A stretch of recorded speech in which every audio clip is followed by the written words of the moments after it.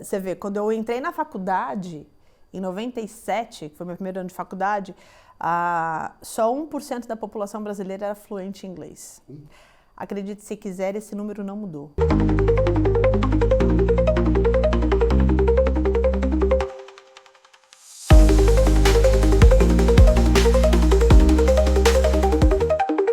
Café com Sal.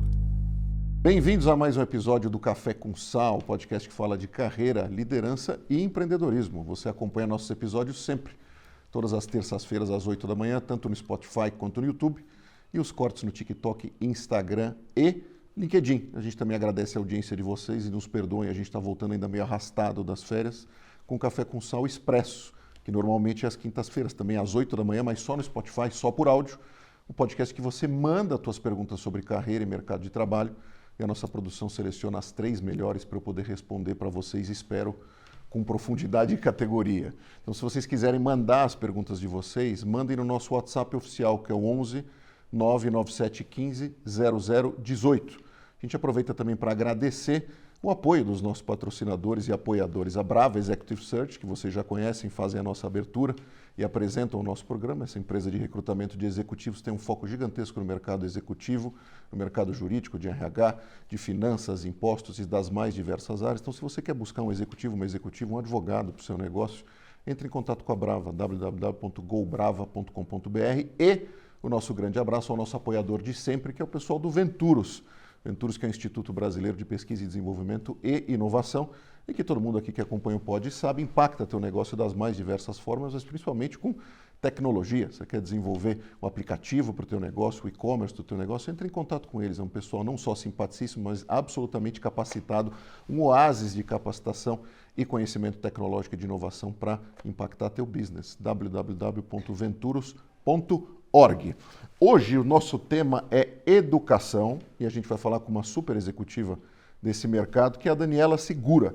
A Daniela Segura é CEO da rede de escolas bilíngues ultra conhecida, que é o Red Balloon, essa marca simpática aí de tantos anos que a gente conhece, a executiva também da Saber Educação, que faz parte do grupo Somos. A gente vai entender um pouco da trajetória dela e também falar desse mercado tão bacana e que obviamente está aí para nos educar como o mercado de educação. Daniela, é um prazer estar aqui contigo. Obrigado pela tua presença. Prazer é meu. Obrigada, Imagina, vai ser uma delícia falar contigo. Me conta uma coisa, eu olhei um pouco da tua trajetória e ela se confunde um pouco com as inúmeras modificações ou mudanças de rota, vamos dizer assim, que o mercado de educação passou. Me conta um pouco dessa tua vivência, porque eu imagino que o mercado que você encontrou quando você entrou nele era completamente diferente do de hoje, né? Era. Eu falo que... Eu brinco que eu fui puxada para o lado negro da força. É? Porque eu sou formada tenho licenciatura, sou formada para ser professora, fiz letras em inglês. E quando eu comecei minha carreira, eu queria ir para a área acadêmica. Então, se eu vim parar no mercado corporativo, executivo, realmente fui puxada para o lado negro da força, né? Exatamente o outro lado que a educação tem o grande desafio aqui de trabalhar. Mas era um mercado bem diferente. Eu comecei a dar aula em 98, então vai fazer 30 anos, já estou há 27 anos, né? De experiência. 27 anos aí de experiência. O meu forte não é matemática. 27 anos, meu também não. Mas tá bom. 27 anos, então eu comecei como professora, sempre aula de inglês, tá? Então dei aula em escolas regulares, escolas bilíngues e curso de idiomas. E interessante que lá a gente já via um desafio. Agora o desafio é muito maior, né? Infelizmente a gente está num país que sabe que educação é um desafio, mas aí é uma crítica minha pessoal, né? Eu falo do meu CPF. Educação a gente só resolve com médio e longo prazo. E para isso precisa ter muita paciência e consistência. Uma coisa que a gente sabe que é difícil a gente ter no país que a gente... Não no país, né? Hoje no dia a dia é difícil você manter consistência, paciência para chegar no resultado. Isso, né? Quer dizer, por exemplo, eu olho assim de fora, na minha cabeça, assim, você tem políticas públicas que são, entre aspas, imediatistas. Exato. Que não sei qual é a agenda, nem quero nem entrar nesse ponto. Né? Porque é super polêmico, sim. Aí depois tem cada um, a gente no comentário, às vezes aqui apanha. Tem turma de um lado, turma da camiseta dessa cor, turma da camiseta da outra cor. Não é isso. Acho que é a preocupação nossa como cidadãos e como brasileiros e orgulhosos que somos de sermos brasileiros, de ter de fato uma educação de base de qualidade. Quando a gente fala de longo prazo, a gente está falando de base, é isso? Sim. Mas aí eu vou direcionar um pouco até para a minha área, né? Sou professora de formação, mas a minha grande especialidade é língua inglesa. Você vê, quando eu entrei na faculdade, em 97, que foi meu primeiro ano de faculdade, só 1% da população brasileira era fluente em inglês. 1%? 1%, tá? Menos de 5% tinha algum conhecimento na língua, mas 1% falava inglês. Acredite se quiser, esse número não mudou. Não mudou? Não mudou. Porque a gente tem a sensação de não que mudou, né? O não que é? Será mudou. rede social? Exato, mas não mudou. Não mudou. Não mudou. Tanto é que na última pesquisa a gente caiu dentro da escala da América Latina. A gente só tem uma melhor performance em proficiência de língua inglesa do que o México. Equador. Equador. A Argentina está na nossa frente. Chile está na Argentina, é o melhor país da América Latina em proficiência de língua inglesa. Argentina, Chile estão na nossa frente. Então, e eu acredito que esse número vai piorar, porque a cada ano que passa, eles estão fazendo essa pesquisa com mais países. Então, o que mostra que realmente a gente não se mexe, porque quando eles colocam mais países, a gente cai categorias, né? Ou seja, então você vê também que não é só uma questão econômica, que você está citando exemplos de países que em algum momento tiveram bem atrás de nós do ponto de vista econômico, é muito mais uma questão cultural. Exato. E aí acho que é onde bate na educação, né? 95% dos alunos estudam em escolas públicas no país. A grande maioria está em escola pública. E aí você entende. Então, no final, a nossa realidade é uma realidade de base. O inglês deveria ser vamos dizer, uma matéria, uma disciplina que deveria ser resolvida na escola. E a gente não consegue resolver. E falo a gente porque eu estou dentro desse meio, né? Eu me coloco como corresponsável de tudo isso. A gente não consegue resolver por esses meios. E aí você tem outros meios, aula particular, curso de idiomas, agora tem as tecnologias. A gente não consegue resolver. E aí acho que é um pouco do que a gente estava conversando antes aqui nos bastidores, né? A gente estava aqui trocando um pouquinho de figurinha. Infelizmente é por causa do professor, né? Assim, educação não existe sem o professor. Acho que esse ditado, né, que diz que a AI chegou para revolucionar, porque vai tirar o professor de sala de aula, eu não acredito nisso. De verdade, como professora, é inviável. Tá? Educação parte da premissa da mediação de um ser humano. Tecnologia vem para potencializar, para fortalecer. Eu gosto de falar, a gente estava falando, mas eu gosto de falar, eu adoro analogias, eu gosto de falar que professor é que nem chefe de cozinha. Então ele tem que ser bom para ele ter os ingredientes, a gente dá os ingredientes, ele conseguir fazer da melhor forma, né? Só que você tem que ter um cozinheiro que saiba cozinhar. E a tecnologia vem como um ingrediente para potencializar tudo isso. Né? Não só para o professor, para com o aluno, e o aluno também para estudar em casa. Mas só a tecnologia, ainda mais no ensino de língua, eu acho muito difícil o professor sair. Ainda mais para crianças e adolescentes. Né? A mediação, ela faz todo o diferencial. E a mediação precisa de uma coisa que a inteligência artificial não tem, que é o emocional. Né? As conexões são feitas e é através das conexões que a gente aprende, né? Eu brinco. Empatia, escuta, tenta lembrar na época que você era aluno. Qual era a matéria que você odiava na escola? Isso é uma pergunta? É uma pergunta. Matemática. Você gostava do professor de matemática? Não muito. Tá aí. É isso, né? Tá aí. Não estou falando que é sempre, mas normalmente tem uma correlação. Em algum momento você começou a gostar de matemática, você se interessou, vê se não está correlacionado com o professor. A mediação faz toda a diferença. Olha, você falou de um ponto importante. Eu, em uma época, eu estava muito conectado, eu sempre fui de humanas, sempre foi minha paixão, então eu gostava muito, por exemplo, de história, geografia, português, essas coisas me davam super bem. Línguas também, porque eu era apaixonado por basquete, e na época que eu consumia muito basquete, porque eu joguei basquete e tal, você não tinha nenhum material no Brasil, a não ser alguma fita VHS que alguém te emprestasse ou te trouxesse de presente de viagem para você ver, e não tinha legenda. O negócio todo mundo hoje está, né? Tudo tem legenda. Você põe closed caption lá, até no YouTube, etc. E tal. Então na época eu falei assim, cara, como é que eu vou entender o que esses caras estão falando? Tanto que eu fui aprender inglês assim de forma intuitiva por causa disso primeiro, antes de entrar numa escola. E até o pessoal brincava comigo e falava que eu tinha um sotaque meio assim em Nova York, meio americano, mas que na verdade era o jeito dos jogadores falarem. Você estava copiando, né? Eu estava copiando, exatamente. Esse era o meu jeito. E aí você me lembrou de uma coisa assim, então em matemática eu não me desenvolvia muito bem, não tinha muito interesse, talvez por essa questão do professor. Aí em algum momento eu levantei a mão e cheguei para meus pais e falei assim, eu preciso de um reforço. eu preciso de uma aula particular, alguma coisa. Aí me mandaram para um cara, que não vem ao caso agora, que era um cara assim, com uma didática que eu imagino que fosse muito boa, de um colégio super importante aqui de São Paulo, que recebia esse catado aí de gente que precisava de aula, num lugar super frio, uma casa aberta, era uma ventania, não esqueço até hoje, só que eu não tinha a menor conexão com ele. E aí essa aula particular não adiantou de nada, tanto que eu comecei a achar que eu tinha alguma questão, até que eu mudei de professor particular, de reforço com um cara que eu amei. E aí eu deslanchei assim na matemática, que foi assim um absurdo. Por quê? Porque o cara realmente conseguiu me trazer de um jeito que tivesse alguma conexão comigo. Porque de fato eu sentia que ele estava olhando para mim. Então, mas aí a diferença do professor. Então, assim, tecnologia potencializa muito, ajuda muito o trabalho. É uma ferramenta que não dá para ignorar. Ela ajuda muito o trabalho do professor e do aluno. Mas o professor faz a diferença, né? Essa conexão, esse emocional, faz toda a diferença no aprendizado do aluno, né? Você que está à frente de um grupo importante, né?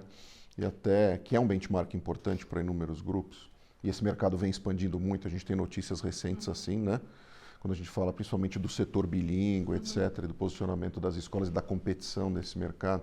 Mas tem uma questão importante, você está falando talvez do ativo mais importante desse business, que são os professores. Sim. Né? Quando a gente vai para mercado hoje, buscar professor, e olhando todo esse espectro técnico, mas também você falou muito aqui do comportamental, claro. Quando a gente faz um processo seletivo desse, ou quando a gente vai promover a atração desse tipo de talento, o que a gente está olhando primordialmente? Tem dois, né? Um é o conhecimento linguístico, que já é um desafio hoje. Também, já é um desafio hoje. Que para mim é um dos grandes desafios hoje, né? Teve um boom de escolas bilíngues, mas é difícil você achar um professor com conhecimento linguístico alto, né? E que saiba história, geografia, então não é tão simples assim. E as grandes competências emocionais, que é o socioemocional. Hoje a gente tem um grande desafio, né? Os jovens de hoje, né? A nova geração aí que está vindo para o trabalho, é uma geração que aí nós, da empresa, temos como responsabilidade de ajudá-los a se desenvolver nessa parte também. E aí é uma via de mão dupla, né? Esse novo profissional tem que estar aberto para querer se desenvolver. Porque a gente sabe que é um desenvolvimento que não vai vir em 6 meses. Não vem. Não vem. Ele é médio e longo prazo. Ninguém se desenvolve em 6 meses, né? E a gente tem que ter a paciência para isso. Então, acho que o maior desafio hoje, quando a gente procura, é conhecimento linguístico, que não é fácil de achar dentro desse mercado bilíngue, tá? E as competências socioemocionais, que é exatamente saber lidar com o aluno, saber lidar com seus pares, saber lidar com a direção, saber lidar com os pais. A gente está num mercado, você tem filhos, sim. Imagina que eu estou com o seu maior ativo, eu estou com o seu maior bem, você me dá o seu maior bem para eu cuidar. Então você tem que colocar um profissional na frente que realmente tenha esse olhar. Não é simples assim. Não é simples. Eu fico imaginando, né? Sabe, Daniela, porque assim, na nossa época, os pais participavam, mas talvez não ativamente como hoje. E esse ativamente, ele tem um tempero. Porque esse ativamente nem sempre é para o bem do aluno, nem para o bem da escola, nem para o professor, nem dos próprios pais. Porque hoje há essa questão dos grupos de WhatsApp, de todo mundo extremamente inflamado, a terceirização da educação, porque já que eu estou investindo numa escola que tem um valor acima da faixa de mercado, que é bilíngue, que essa escola e que esses professores resolvam de A a Z a educação e a formação desse ser humano que eu coloquei no mundo geneticamente, né? Mas o resto é responsabilidade tua, porque a gente assume família no Instagram, mas no dia a dia que é a escola que se vire. E aí a gente chega chutando a porta, reclamando como se fosse consumidor do mercado que te vendeu um produto fora do prazo de validade. Isso é uma leitura minha. Sim. Tá assim mesmo, porque assim, a ciência de lidar com os pais, eu imagino que seja outra. O meu pai, que Deus o tenha, foi professor universitário, em nível de pós-graduação. Ele recebia, às vezes, pais na porta da sala, em nível de pós-graduação. Na pós-graduação, hein? Nos últimos anos, na pós-graduação. Meu pai já com 80 e poucos anos. Tem quantos anos isso? 5. 5, 6. Porque aluno não é mais aluno, é cliente. Como lidar? Então, você começa a distorcer o que é muito complexo. Porque você tem que educar o pai também, que o que ele está comprando não é um produto e nem um serviço. Não é um serviço de massagem, Ou um restaurante que você vai ali, ou de um marcenaria, hotel, ou de marcenaria. Não é, 2x3, tá entregue o objetivo, não é. acabou. Não, a gente está falando da educação acadêmica do seu filho, é uma formação acadêmica, né? Acho que a formação de caráter é responsabilidade da família. No final, o que as famílias têm que entender é o que a gente sempre, eu acredito, eu como mãe, eu também sou mãe, né? Tenho 2 filhas, sou mãe, sou tia. A educação da criança, ela é um conjunto da escola e da família. Então tem que ter diálogo entre escola e família. Tem hora que a escola tem que ceder, porque às vezes é uma família, é uma criança que você precisa abraçar. Ao mesma forma que a família também, a partir do momento que a família coloca na escola X, parte da premissa que ela confia no trabalho dela. Claro. Então, se ela confia, ela também tem que deixar a escola fazer o trabalho dela. Exato. Para que ter uma relação se você não Exato. confia? É uma relação, é um casamento, de uma certa forma, tipo de um casamento, né? Então, você tem atritos, mas os 2 lados tem que estar preparado para isso, não é um lado só. Senão, no final, o único prejudicado é o aluno. E aí, né, o único prejudicado é o aluno, né? Então, e outra, o aluno fica na escola 12 anos. É muita coisa. Então, é um relacionamento que precisa começar desde o início. Então, os pais, eu falo para as amigas minhas, procura uma escola com quem você se conecte. Ela tem os meus valores, ela acredita. Então, pronto, porque já começa aí, né? Ah, mas é porque a família tal colocou lá, mas talvez aquela família se conecta com os valores daquela escola. E eu acho isso eu acho a grande beleza da educação. Você tem diferentes perfis de escola, porque você tem diferentes perfis de família, né? Eu brinco aí dentro, já falando de negócios, né? Eu falo que o sol nasce para todos, tem mercado para todo mundo.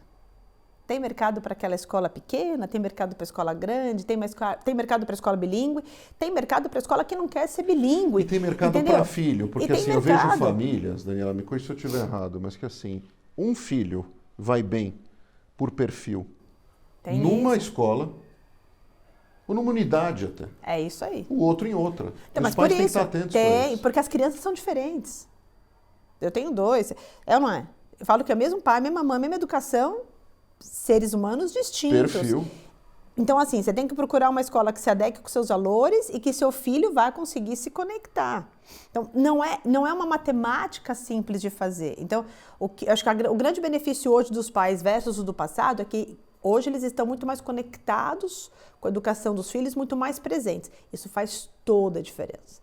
Mas os pais têm que entender que a escola tem o seu papel e que ela precisa deixar a escola fazer o seu papel. Partindo da premissa, né? Que ela escolheu aquela escola. E a escola também tem que entender o papel do pai. Por isso que é uma conversa muito... E no final é isso, ó, tem uma criança ali no meio. E aí você se coloca no lugar da escola. Eu falo que a escola tem um grande desafio. Você tem numa sala de... Eu ponho um professor numa sala de aula com 20 alunos. São 20 famílias distintas. Sim. 20 criações diferentes. 20 criações diferentes.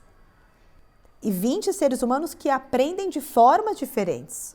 O que a gente evoluiu muito nos últimos anos, né? Cada vez mais entender como que o ser humano aprende. Mas cada vez mais é desafio para esse profissional que está ali e que hoje é o maior ativo das escolas. Então, como que eu capacito ele, onde eu acho ele, como que eu trabalho com ele, né? Então, assim, eu acho que a gente está num momento de transição que já vem vindo de um tempo que as pessoas ainda não se acharam. Entenda não se achar. A escola ainda não achou o melhor formato para capacitar esse profissional e está trabalhando arduamente e não está simples, né? O professor está tentando se achar na sala de aula com as suas melhores ferramentas, as tecnologias estão vindo aí, tem tecnologia que funciona, tem tecnologia que não funciona, qual que é a melhor tecnologia? A competição é ferrenha e tem muita gente querendo ter o ativo. Total.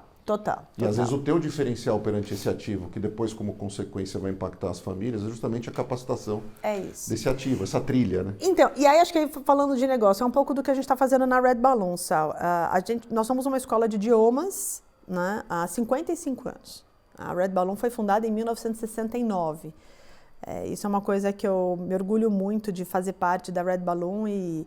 Ela foi vanguarda em 1969, quando começou a dar aula de inglês para criança de 6 anos. Você imagina em 69 você falar que você dá aula de inglês para criança de 6 anos. Tá doido, né?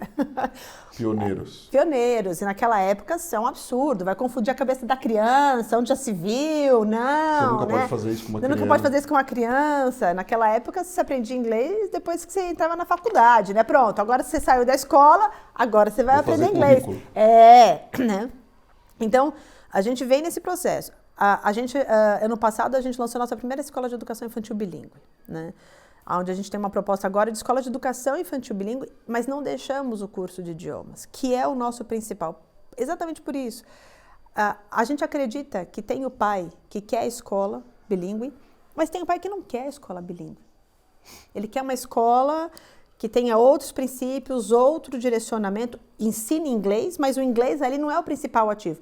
Então ele prefere colocar o inglês num curso, onde é uma área muito mais dedicada, focada. Então eu falo, tem mercado para curso de idiomas, tem mercado para escola bilíngue, tem mercado para escola internacional, tem mercado para aula particular. Nós estamos num país que 95% não fala. Não. Então tem mercado para todo mundo, porque as famílias são diferentes, realidades diferentes. Então é você achar o seu público e conseguir equalizar, né? E aí, eu acho que o desafio é onde que esse mercado está indo. Se você me perguntar, Daniela, para onde esse mercado vai? Há 10 anos atrás, 5 anos atrás, se falava que curso de idiomas ia sumir. Não sei se você chegou a ouvir isso. O curso de idiomas acabou. Foi-se a época de curso de idiomas no Brasil. E o Brasil, esse mercado de idiomas no Brasil, ele é ferrenho, é muito forte. Cada esquina você vê uma escola. Vai sumir, escola bilíngue vai dominar o país. Gente, escola bilíngue está crescendo. Vou falar pela Red Balloon. Red Balloon está crescendo. Escola de idiomas está se fortalecendo. Então, assim, tem mercado. É você entender onde está o seu público. Até porque a gente está numa fase que acho que no passado você só tinha um modelo, né? Curso de idiomas particular. Se adaptando ou não é o que tem. Vai lá e faz. Comigo Provavelmente seu pai foi assim. Claro. Se gostando ou não, vai lá e faz. Exatamente. Hoje não. Hoje você consegue personalizar de acordo com o perfil desse aluno. Então, é um aluno que se adequa melhor à aula particular? Tem mercado. É um aluno que se adequa melhor a trabalho em grupos? Coloca numa escola de idiomas. É um aluno ou uma família que não, que é uma educação acadêmica, uma formação bilíngue? Põe numa escola bilíngue. Mas você vê mercado para tudo. Acho que o Brasil tem vários Brasis, ele é enorme, então tem muita variedade. Eu acho que seria até... qual que seria aqui a palavra? Talvez aqui não é nem... nossa, me fugiu a palavra. Mas a gente seria até errado em falar Sim. que só tem um caminho a seguir, entendeu? Claro. Não tem. Que é até uma pergunta que eu ia te fazer. Então, por exemplo, a gente se relaciona com tudo quanto é tipo de família. Por exemplo, tem família que é expatriado. E o cara quer que as crianças estudem numa escola internacional. É até um ponto importante, porque acho que muita gente confunde. É isso aí. Quando nós mudamos nosso filho de escola, o pessoal perguntou, você vai colocar numa escola internacional? E eu, na época, até eu tinha essa dúvida. Você não é uma escola internacional. Ela é uma escola bilíngue. A diferença fundamental qual é desses dois? Escola internacional... A base da escola internacional são de comunidades expatriadas que construíram a escola para manter a cultura do seu país. Tanto é que são fundações até que sustentam essas escolas, às vezes tem até consulado por trás dessas escolas internacionais, e ela segue o currículo do país de origem. Tá? Algumas escolas, se você for ver, o ano letivo começa em agosto. Por quê? Porque ela segue o currículo de seu país de origem. Isso é uma escola internacional. Tá? Escola internacional chega a 100% da língua do país de origem na aula. Porque no final você está fazendo uma imersão do teu filho naquela cultura. Ele só está territorialmente em outro lugar. Exato. Essa é a escola internacional. Tá? Escola bilíngue é uma escola nacional, que tem que seguir o currículo nacional que o MEC determina, né, a BNCC. Qual a diferença? Ela tem que ter no mínimo 30% da sua carga horária em inglês. E às vezes a gente vê algumas escolas, eu sou escola bilíngue e aqui é 100% inglês. Então você não é bilíngue, você é monolíngue. Sim, bom ponto. Porque bilíngue parte da premissa, eu tenho que educar o teu filho nas duas línguas, em inglês e em português. Que era uma preocupação que a gente tinha aqui em casa, Daniela, porque assim, eu e minha esposa, a gente tem formação jurídica. A gente não atua mais nessa área. Mas a gente é realmente muito preocupado, assim. Se tem uma coisa que deixa a gente arrepiado, assim, é o português errado, uma coisa assim. Isso mexe com a gente, alguma expressão, não sei o quê. Então, assim, a gente, em primeiro lugar, a essência nossa é o quê? É brasileira. Nós somos filhos de imigrantes, como muita gente aqui, etc. Mas, assim, a gente quer o nosso filho escrevendo bem português, que ele saiba das raízes dele, onde ele escreveu, que ele tenha uma identidade do ponto de vista de nação. Brasileira. Mas que ele seja alguém preparado para o mundo, para encarar o mundo que está aí. E por isso a gente escolheu a opção bilíngue. Se você leva para uma escola internacional, essa cultura brasileira, aí ela vai vir da tua família. Não adianta você exigir isso de uma escola internacional. Perfeito. De novo, você tem um portfólio, escolha. A escola bilíngue te dá isso, tá? Mas assim, é uma escola que ela tem o currículo nacional e a carga horária dela tem que ter as duas línguas e aí é no mínimo 30%. Por exemplo, na nossa escola de educação infantil bilíngue, 50% é inglês, 50% português. Não tem como não dar para o português. A criança está em desenvolvimento de aprendizado de língua. Assim, ela está se desenvolvendo até como se comunicar. Eu preciso desenvolvê-la na língua mãe, porque eu sou uma escola brasileira. E eu percebo quando eu estou entrevistando executivo e profissional que estudou em escola internacional por questão familiar, etc. e tal, e as construções frasais e os exemplos que traz, e às vezes até quando entra em algum processo seletivo mais robusto, que você tem algum estudo de caso, alguma coisa assim, a escrita você vê que no português ainda peca e tem umas escorregadas importantes. Faz parte, Claro, foi a escolha normal. que foi feita. Não né? é uma crítica, é só uma isso. constatação. E aí a gente fala, e aí você tem um outro tipo de escola no Brasil, estou falando de escolas privadas, né? Que não é uma escola bilíngue, mas diante do movimento do bilinguismo, dá um olhar melhor para o inglês. Então eu não sou bilíngue, não é 30% da minha carga horária que é inglês, mas eu vou dar um olhar diferenciado para o inglês. Como? Não é mais uma vez por semana aula de inglês, chega a dar 4, 5 vezes aula de inglês na sua carga horária. E ok, é uma forma dela trabalhar e se preocupar, tá? E você tem as escolas de idiomas, que muitos pais estão em escola, os filhos estão em escola bilíngue, estão em escolas que dão uma carga maior de inglês, mas ele quer uma dedicação para a língua. E aí você vai para um curso de idiomas. Momento exclusivo para isso, focado no conteúdo linguístico, ali para o desenvolvimento daquela habilidade. Aí você vai para uma escola onde o grupo é mais homogêneo, turmas menores, dedicado 3, 4 horas. Então você tem. Isso você tem esse movimento, mas é de acordo com o que a família quer. Por isso que eu falo, tem mercado para todos. O desafio hoje, Sal, que eu queria deixar claro aqui, essa é uma preocupação que eu tenho. Infelizmente, o mercado banalizou o nome bilíngue. Infelizmente. Como muita coisa. Infelizmente. E bilinguismo é uma educação que não é simples de ser feita. Eu estou falando dentro da escola regular, né? A ponto dos cursos de idiomas, né, ali em algum momento acharem que as portas iam se fechar.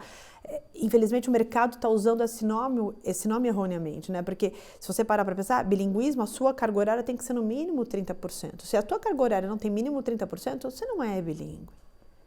Você pode dar uma atenção maior para o inglês, você tem uma carga horária diferenciada de inglês, mas não é bilíngue. Mas o mercado, infelizmente, usou. O desafio hoje do nosso mercado, dos nossos profissionais, de todos os executivos desse mercado, é como que a gente reeduca para ajustar esse nome. E esse é um ponto que eu falo bastante, Sal, e aí vamos ver vou até pegar a sua opinião. Eu sou bilíngue. Eu não estudei em escola bilíngue. Eu não estudei em escola internacional. Eu também não. E eu sou bilíngue. Igual. Eu estudei em curso de idiomas. Eu não morei fora. Eu não tenho experiência no exterior. Então, no final, bilinguismo, o que é? O que é um ser humano bilíngue? É um ser humano que fala fluente 2 línguas. Ponto. Concordo 100%. Simples Ponto. assim. Simples assim. O como você vai chegar lá, você escolhe que caminho você quer. Um tem o seu é escola percurso. internacional, é curso de idiomas, é escola bilíngue, é fazer um intercâmbio fora. Escolhe o que melhor te adequa. Mas achar que um aluno vai virar bilíngue só se ele estudar numa escola bilíngue, gente, isso é uma falácia. Quantos hoje executivos da nossa idade estudaram em escola bilíngue? Se não estudou numa escola internacional, estudou no curso de idiomas. Vou brincar contigo, é que nem aquele jogo tributário, né? Não é mais bolacha, é wafer. Né? Não é mais sorvete, é uma massa gelada de chocolate. É isso. São coisas diferentes. Né? Mas no final, são coisas diferentes. O ponto aqui no final, o resultado ele é o mesmo. Você pode ter tido experiências diferentes para chegar nesse resultado. Pode ser que um demore um pouco mais, o outro um pouco menos. Então, eu falo para qualquer mãe, você quer que seu filho seja bilíngue? Quero. O que é o melhor para o teu filho? O melhor é ele estar numa escola que não é bilíngue, você pôr no curso de idiomas, o melhor é pôr numa escola bilíngue, o melhor é colocar numa escola... O que é melhor para o seu filho e para a sua família? Porque no final ele vai conseguir chegar nesse objetivo como muitos chegaram. Você mesmo acabou de falar. Assim, a gente chega. E aí correlaciona que para você ser bilíngue, você tem que estudar numa escola internacional, você tem que estudar... Não! Não é. Não é. Né? Eu vou puxar esse teu gancho do que é melhor para teu filho e para tua família para falar do nosso apoiador. E, aliás, o que é melhor para teu filho e para tua família, na minha opinião, do ponto de vista de saúde, é o Life Mix. Todo mundo que acompanha o podcast aqui sabe que o Gustavão, quando vai para a escola, enfia na mochila ali o seu Life Mix para a hora do lanche. São bebidas e sucos funcionais. Um abraço, Daniel Pfefferbaum e todo o time aí do Life Mix, com um monte de nutrólogos, nutricionistas, médicos, gente com PhD em nutrição por trás desse produto. Produto que é cheio de coisa, de ômega 3 e todos esses produtos, esses insumos importantes, mas tem gosto bom. Eu garanto para vocês, isso é um grande desafio, eles chegaram numa fórmula bacana. Então, se vocês querem olhar mais a grade aí toda de produtos do pessoal do Life Mix, entre no site deles, www.lifemix.com.br. Uma coisa que me incomoda e que eu ouço de alguns pais é utilizar a escola, o ambiente da escola, como ferramenta de networking. Eu ouço isso. Você já viu isso daí? Dos alunos? Dos pais. Ah, dos pais. Dos pais. Isso é novo para mim. Isso me arrepia.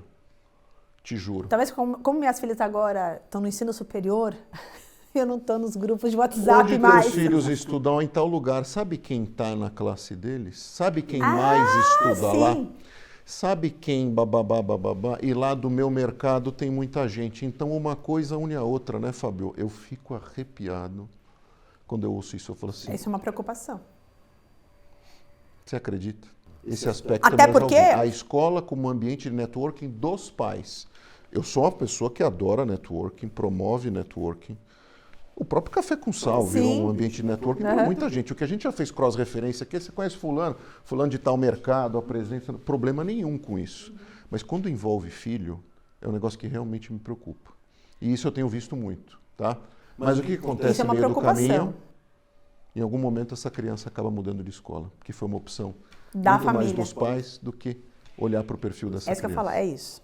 Ele, na verdade, ele escolhe a escola pensando nele, não pensando no filho dele, né? Esse é outro ponto também. Escola como networking dos pais. Mas voltando ao Red Balloon. O Red Balloon é uma marca muito querida, que a gente tem no coração, pelo menos aqui de quem é de São Paulo. Sempre acompanho, porque é uma marca simpática, tem uma história fantástica, familiar.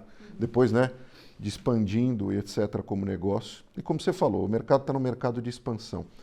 Qual é o formato dessa expansão? Vou te fazer uma pergunta longa, claro. Meio rotatória com algumas saídas, vamos brincar assim. Você me falou que vai ter essa expansão e vocês estão nesse projeto da escola bilíngue mais a escola de idiomas. Isso. Quando a gente fala da escola bilíngue, ela é focada num público específico, primeiro, faixa etária. Se vocês vão seguir um modelo de ter uma escola modelo e aí partir para franquias, e como funciona esse modelo de franquias? Bom, a Escola de Educação Infantil Bilíngue da Red Balloon, esse é o primeiro ano. A gente já tem uma escola conceito, ela fica nos Jardins. Escola conceito. Isso, tá? Ela já fica nos Jardins. E a gente trabalha com uma escola de educação infantil bilíngue de 2 a 5 anos. Por que especificamente essa faixa?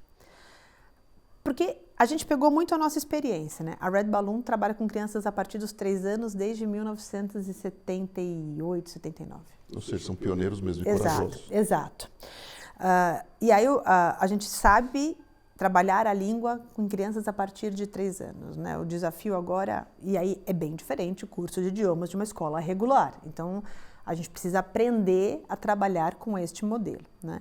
E no final, o core da Red Balloon é o curso de idiomas, onde a gente fez até uma evolução no modelo de pós-pandemia. A gente agora se intitula Programa de Inglês, porque a gente vai numa proposta de exatamente para se adequar às famílias, a gente sair daquele modelo onde temos um modelo e todo mundo se adequa a nós, olhando o aluno com o centro, a família no centro. As famílias têm realidades distintas. Então, a gente está no modelo de programa de inglês, onde a família escolhe a quantidade de carga horária que ela quer para o filho. Então, hoje, na Red Balloon, teu filho pode ficar de 3 a 20 horas semanais. 3 a 20 horas semanais. Que seria o contraturno. Então, você deixa de manhã teu filho na escola e à tarde ele faz o contraturno em inglês, by Red Balloon, com todas as metodologias, tá? Então, a gente vai para um outro modelo. E aí, a Escola de Educação Infantil Bilíngue, a gente pegou de 2 a 5 anos pela nossa experiência, tá? Nos pergunta, vocês têm interesse de entrar em anos iniciais? Não. Gente, eu falei, nós colocamos o pé agora no ensino regular. Calma, deixa a gente mergulhar. Então, assim, né? Qual é o nosso grande diferencial? E para mim a gente está sendo vanguarda de novo e dá um frio na barriga, Sal, mas é um frio da barriga que eu gosto. A gente está lançando uma proposta de English Learning Center. Então, nós somos o primeiro no Brasil com esse conceito. Esse é um conceito, o nome que tem fora do país, mas não da forma como a gente está usando. Tá? Então, o que é o nosso English Learning Center? A proposta é que o prédio, a nossa infraestrutura, é um centro de aprendizagem de inglês, onde naquele prédio eu tenho a Escola de Educação Infantil Bilíngue, de 2 a 5 anos, e o curso de inglês que todo mundo conhece há 55 anos. Então, no mesmo prédio, você tem os dois negócios, você usa a mesma infraestrutura em horários distintos. Tá? Isso, para o franqueado, você otimiza muito. Fantástico. Cost effective no... É 2 franquias em uma, né? 2 em 1 ali. Você tem um prédio em um.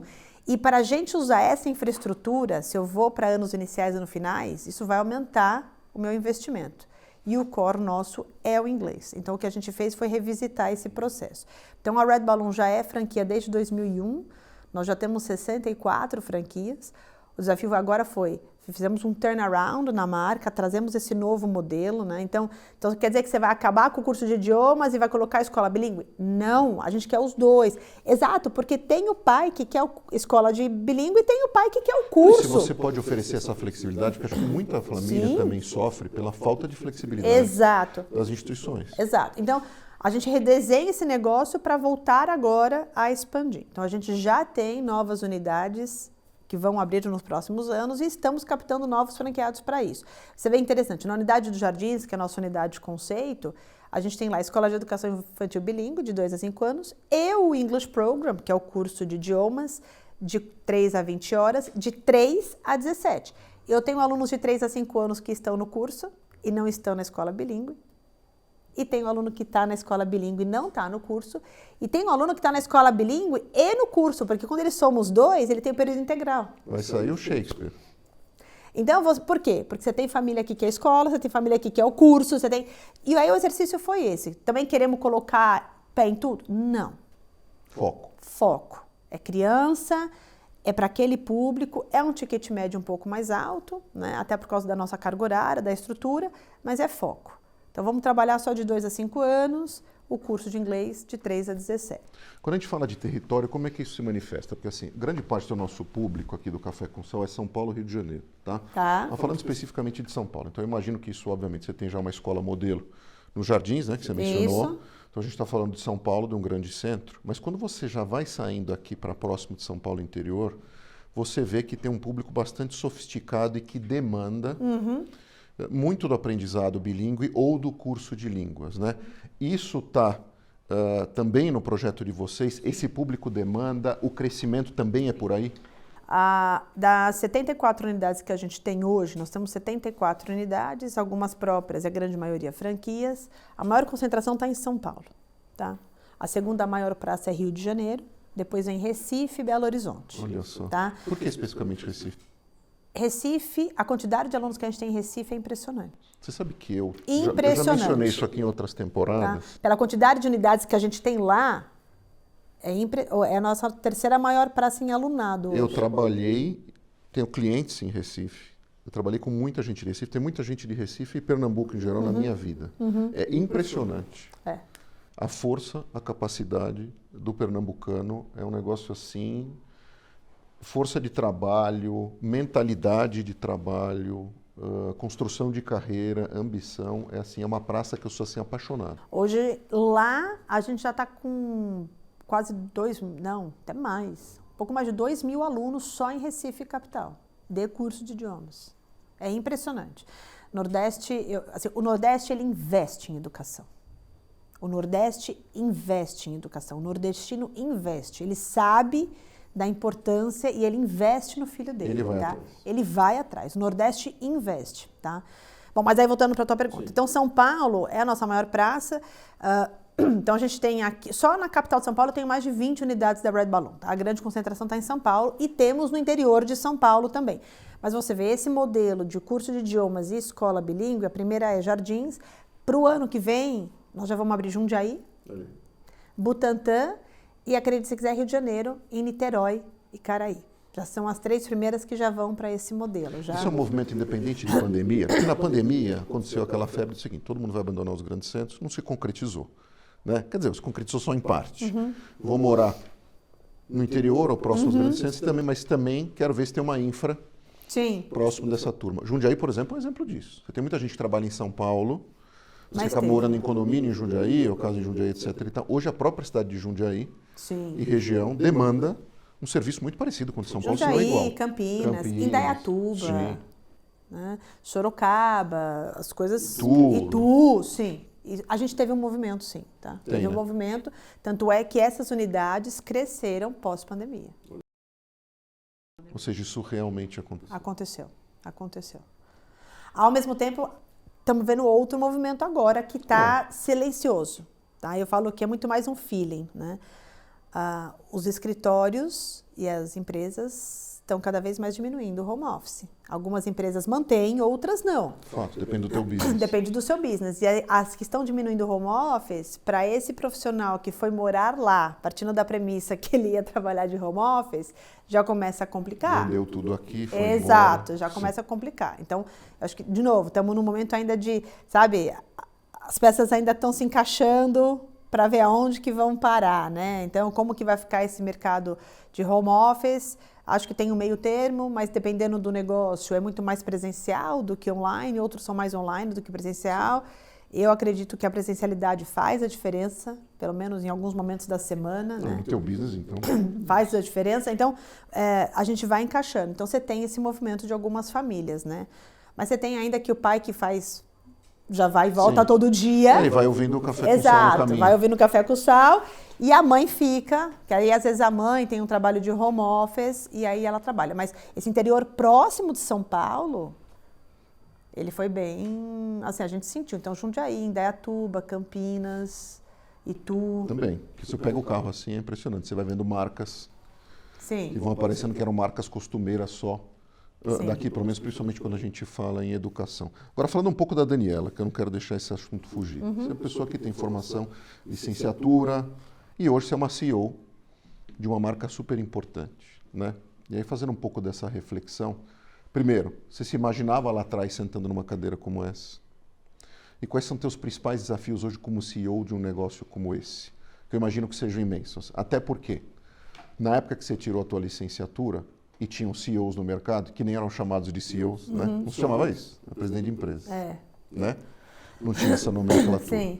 Os desafios eram outros e eu te diria que eram menores, pelo menos comparativamente dos profissionais que eu vim entrevistando esses anos todos. Hoje você tem inúmeros desafios. Primeiro, se você se via nessa posição lá atrás, se foi uma construção consciente de carreira, e os principais desafios hoje que você se vê sentando numa cadeira como essa, sendo uma liderança feminina num mercado pujante como é o de educação. Vamos lá.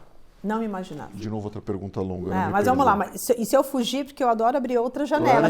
Seus parentes são ótimos. Você vai fechando. Parênteses. Aí você vai fechando e eu volto. Não me imaginava, como eu falei para você no início, quando eu estava fazendo faculdade. Aliás, o meu direcionamento era ir para a área acadêmica. Mestrado, doutorado, dar aula em faculdade. Sempre foi. Né? Eu tenho pós-graduação em filosofia da educação. Então, assim, eu tenho uma outra viés.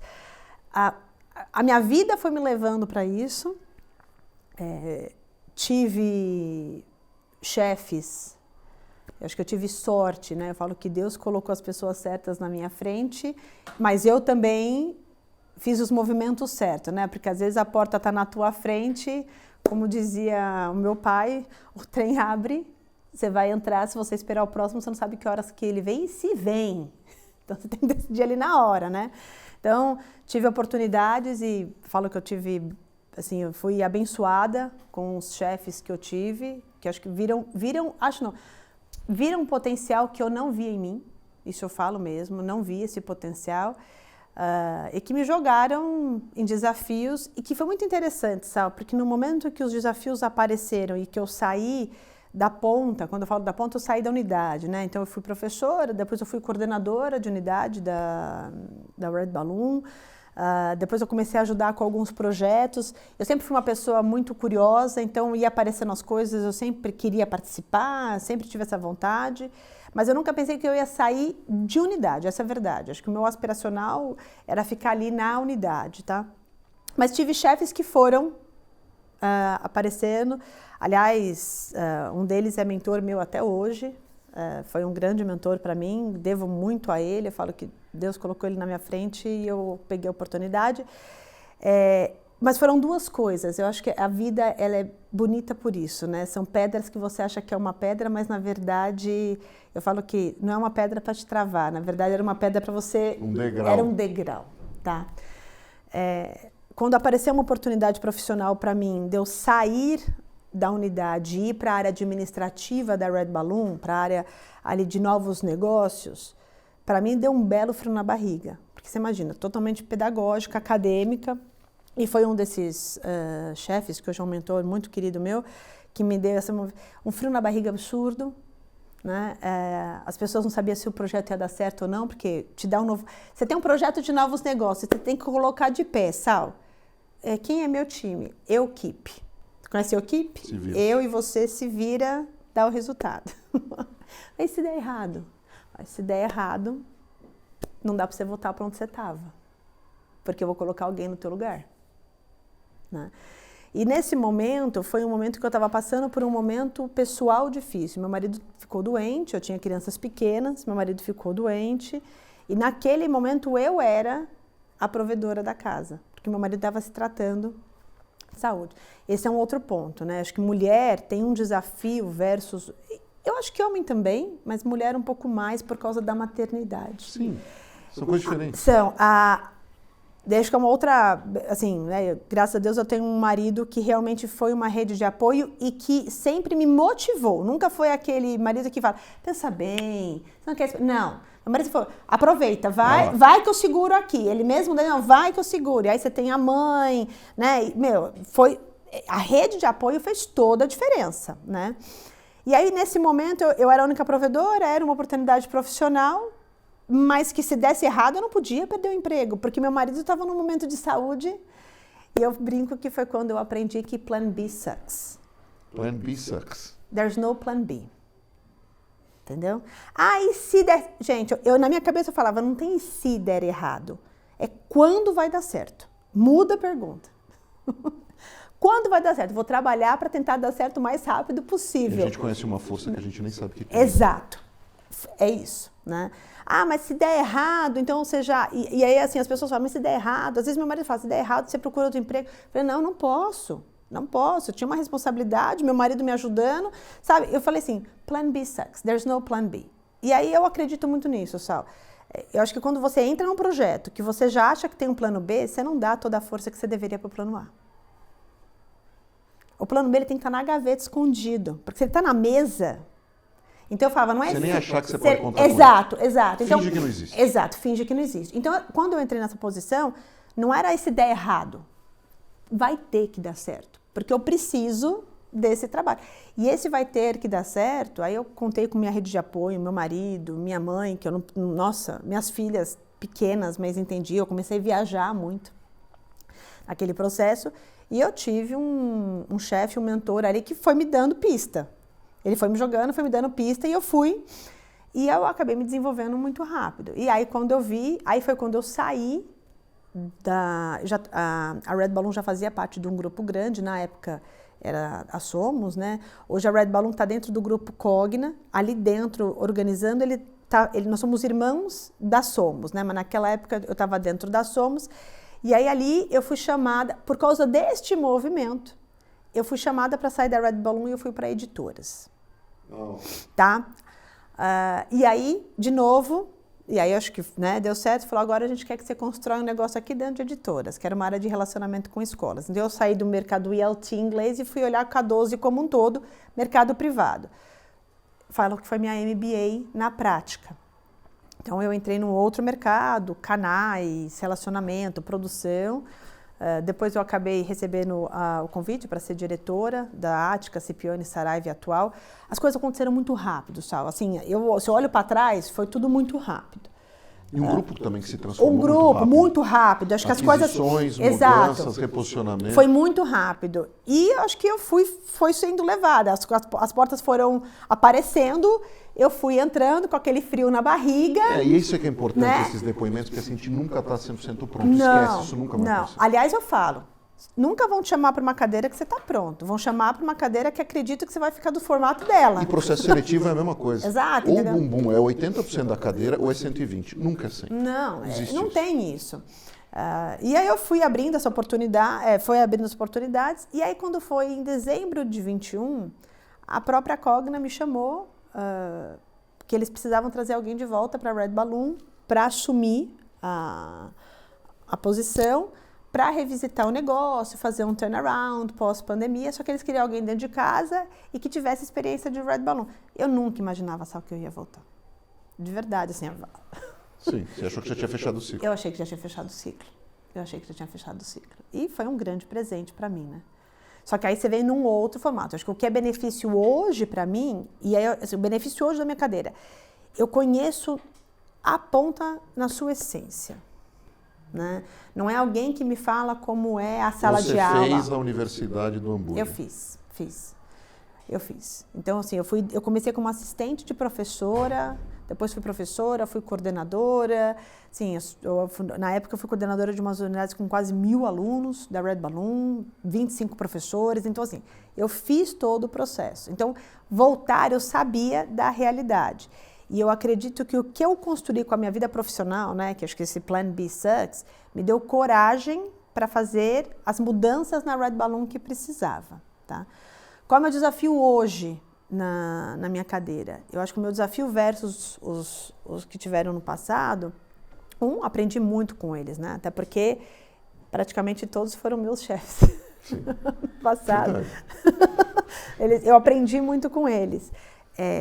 Choque de gerações, e aí fazer uma gestão de choque de gerações, eu acredito que seja o desafio de qualquer gestor, independente da cadeira, de coordenador até presidente, choque de gerações. Ele é um desafio. O mercado de educação, você tem um choque de geração, porque você tem um professor com 20 anos e você tem um porteiro de 60. Já começa por aí. Você tem um franqueado de 55, você tem um franqueado de 35. Né? Então, você tem um mix de gerações onde a forma de pensar é diferente, a forma de gerir é diferente. E hoje, o que eu acredito o desafio maior não está na pessoa, está no gestor, porque no final é o gestor que tem que aprender a saber lidar com essas pessoas diversas. Né? Eu falo que gestor tem que jogar xadrez e não dama. Não tem outra saída. Não tem. E xadrez são peças distintas, com movimentos distintos. E você precisa delas. A graça do xadrez é você ter essa diversidade. O desafio agora da diversidade não está só em competências, está em gerações também. Como fazer isso? Não sei, estou aprendendo. Se alguém descobrir aí, quem estiver ouvindo o seu podcast, souber como lidar com as gerações, eu acho que é a pergunta que todo mundo se faz hoje. E que não tem como fugir. Não tem como fugir. Visões de mundo diferentes, visões sobre educação diferentes. E você concorda que já está chegando uma outra geração aí? Completamente diferente também. E é um pouco do que às vezes retoma algumas coisas até da antiga. Sim, e que já está voltando um pouco do que você estava falando no início aqui, que está vindo agora uma nova geração que puxa um pouco das antigas. Eu falo que não existe um mercado linear, ele é pêndulo, né? Engraçado como as coisas vêm e vão, né? Eu falo que, não vai sumir, não vai. Na hora certa volta. Exato. O mercado é pêndulo, tudo é pêndulo. Historicamente, quando a gente estica, né, a gente percebe que sempre é um contraponto, né? Exato, aí ele volta. Ao mesmo tempo, no mercado, que é o que você estava falando, pessoas de 40, 50 anos estão voltando a ser contratadas. Então, como que você faz esse mix? O mix não é só você saber gerir, é você educar essas pessoas a lidarem com seus pares. Hoje a gente tem professor em unidades que tem 45, 50 anos e 18, no mesmo grupo de professores. Você faz como? Você tem pais hoje de 25 anos e pai de 50, com os filhos na unidade. É um mindset totalmente diferente desse pai. Então, hoje, para mim, o maior desafio é geracional e que não tem como fugir. E ninguém ainda descobriu. Aliás, se alguém descobriu a fórmula, por favor, coloque aí no comentário, que eu quero saber com quem eu procuro. Que a gente marca, a gente põe o comentário. Aliás, Fábio, eu acho que esse é o teu próximo podcast. Sim, Como que a gente pode lidar com o choque de gerações? Pois é. Porque realmente, para mim, é o maior desafio E você hoje. dá espaço e voz para todos também. Exato. Isso demanda tempo, Exato. demanda investimento. Quem mais vai trabalhar é a liderança. Isso acho que é um fato, eu tenho percebido. Não é tem a jeito, não dá liderança. para fugir disso. Então, assim, se você quer ser líder, muito bacana, etc e tal, a gente tem todos esses conceitos hoje, né, de quiet quitting, quiet ambition, tudo bem, com toda essa salada da frente, mas no final do dia, assim, hoje quem é gestor, gestora, líder, sócio, dono, manager, managing partner, CEO, etc e tal, vai entender que na tua mesa hoje o cardápio é muito mais extenso e você vai ter que se dedicar mais a deixar mais pratos ainda em equilíbrio. É fato, não tem saída disso. Por mais ajuda tecnológica que você tenha, por mais suporte, etc e tal, não tem jeito. Então, assim, é quase um sacerdócio, né? Assim, de olhar para o outro, de desenvolvimento de empatia, de autoconhecimento. Então, assim, Muito, autoconhecimento. E cargo de liderança, ele é solitário. Então não é para qualquer um, né? Você tem que estar preparado. Ele é solitário. Ele é solitário, exige muito mais interação, exige muito mais inteligência emocional, numa geração e num mix do time que isso vai cada vez aumentar. E para o nosso negócio, Fábio, eu brinco não, né? Mas eu falo, o negócio de educação básica, ele é interessante, né? Pelo menos falando de Red Balloon, mas quem paga não usufrui. E quem usufrui não paga e não escolheu. Aliás, melhor, quem paga e escolhe não usufrui. E quem usufrui não paga e não escolheu. Ele simplesmente foi colocado lá. Então, a gente está num momento agora que eu tenho que gerar valor para o que não pagou. E o que não paga e não escolheu, porque ele tem que estar bem. E como que eu mostro para o que está pagando e o que escolheu que aquilo ali está sendo benéfico? Então, no final, e ele é o centro. No final, o centro ali é o aluno, que consequentemente tem a família ali para ver se aquele aluno está sendo. Em volta disso, você tem choque geracional para fazer com que isso gere valor. Não é simples. Não é uma ciência. Não é uma ciência. Não acho que nós vamos ter. No final, eu acho que é muito. E o personalizado é o dia a dia, né? Tem um dia que você faz isso, o time naquele momento. Então, exige muita energia. Exige muito. Eu sou uma que eu vou trabalhando, fazendo uma avaliação de como será meu dia e volto para casa numa autoavaliação de como foi o meu dia. Quer dizer, eu tenho um trabalho de self-evaluation diário, né? Isso exige demais. Isso exige demais. Esse ponto me leva, até para finalizar, e um ponto que a gente sempre gosta aqui. Você tocou numa questão fundamental que é o seguinte: numa organização, todo mundo se apoia em CEO ou no corpo executivo, mas muitas vezes as pessoas são de uma solidão imensa. Sim. Você se apoia onde? A gente falou aqui de autoconhecimento, né? A gente fala muito aqui, por exemplo, de leitura, de suporte, de educação. Onde você vai buscar o teu respiro, o teu equilíbrio e a tua... Como você se alimenta? Muita leitura. Pode dar dica de livro que o pessoal ama, tá? Muita leitura. Aliás, falando em liderança feminina, tem um livro que eu li há 2 anos, e acredito ou não, eu já li ele 2 vezes, ele está na minha cabeceira, que é a biografia da Indra Nooyi, que é a ex-CEO da PepsiCo. Sim. Para mim, assim, acho que líderes femininas que estão me ouvindo, leiam esse livro. Eu me identifiquei demais. Porque Já tudo que a gente falou, vai pôr na edição aqui. Vale a pena. Imagina, no caso dela, né, uma indiana que foi para os Estados Unidos e virou CEO de uma multinacional, mãe com filho. Então, ela fala de rede de apoio, ela fala do desafio da mulher dentro do mercado executivo corporativo, que tem, né, ele é desafiador. Eu me vi muito nela, né? E eu acho que você cria esses paradigmas. Acho que não existe deuses, não existe pessoas. Gente, chorou muito, ralou muito, não é... Que é o que o nosso público gosta aqui, o nosso público gosta de verdade. Assim, nada vem por acaso, entendeu? Assim, eu vou contar um caso para vocês. Eu lembro da minha filha, com 5 anos, o cachorro mordeu ela porque ela cutucou, cortou o lábio, cortou. Eu, como mãe, eu queria estar no hospital para segurar minha filha. Eu não podia. Aí meu marido me ligou, aí a diferença do apoio. Meu marido me ligou e falou, fique em paz, eu estou com ela aqui. Ela, fica tranquila. Mas o meu coração, hoje, eu, Daniela, se eu tivesse lá, eu tinha largado tudo e tinha ido para ver minha filha. E eu tenho certeza que não teria acontecido nada com a minha vida profissionalmente se eu tivesse largado e ter ido encontrar ela no hospital. Tá? Mas naquele momento, por falta de experiência, aquele medo, aquele anseio, eu não fui, né? Então, esse é um ótimo livro. Então, leitura, ouça os podcasts, né? Então eu sempre tenho o meu podcast, eu volto para casa ouvindo alguns podcasts. Pode dar dica aqui, a gente né? promove outros podcasts também numa boa. Eu tenho ouvido bastante Café com Sal. Ai, que nessa bom. última semana, ouvi mesmo. bastante. Tá gravado aqui. Tem o John Maxwell, que é vocês devem conhecer, que trabalha com liderança. Ouço bastante ele. Acho que são ideias mais macro, mas ele dá alguns insights. Estou lendo um livro agora que não é que eu vou me aposentar, mas é a primeira segunda-feira, que é bem interessante. A primeira né? segunda-feira? Que legal, não conhecia. O que você precisa fazer para o seu futuro pós a vida corporativa? Que legal. Porque na hora que as coisas... É um pouco do que a gente estava falando antes. Né? Você nunca que a gente estava falando de saúde, né? O que a gente está fazendo de saúde agora? A gente está se cuidando agora da saúde para a nossa terceira idade. Claro. A gente estava exatamente falando isso, né? Você vai fazer musculação, Sim. mas e profissionalmente? Né? Então, tem isso. E vira e mexe passar atleta aqui, Tem. que tem esse dia seguinte também. Tem. O que fazer da vida no É dia seguinte? isso. Esse livro é muito interessante. Eu converso com os bastante executivos da Cogna, então tem a minha líder, troco bastante figurinha, tem outros, então muitos almoços. Ao mesmo tempo, acredite ou não, dentro da minha rede, eu sou uma rede franquia, né? Eu gosto de conversar com franqueados, porque são empresários, então você vê perspectivas distintas. Gosto de falar com os meus liderados, porque parece que não, eles trazem, sabe... Ele consegue ver o quadro torto que você não está vendo. Gosto de ficar sozinha. Eu acho que tem momentos que a gente precisa fazer eu mesmo. Sabe, gente, hoje eu preciso ficar sozinha. Uma viagem de dentro. É isso, uma viagem de dentro. Mas tenho mentores que eu carreguei e são mentores que eu faço questão de alimentar.